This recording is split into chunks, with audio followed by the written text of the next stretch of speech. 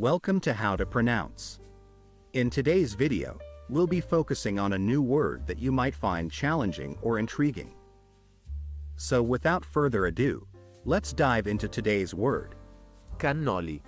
which means an Italian pastry consisting of a tube-shaped shell of fried pastry dough, filled with a sweet, creamy filling usually containing ricotta. Let's say it all together. Cannoli. One more time.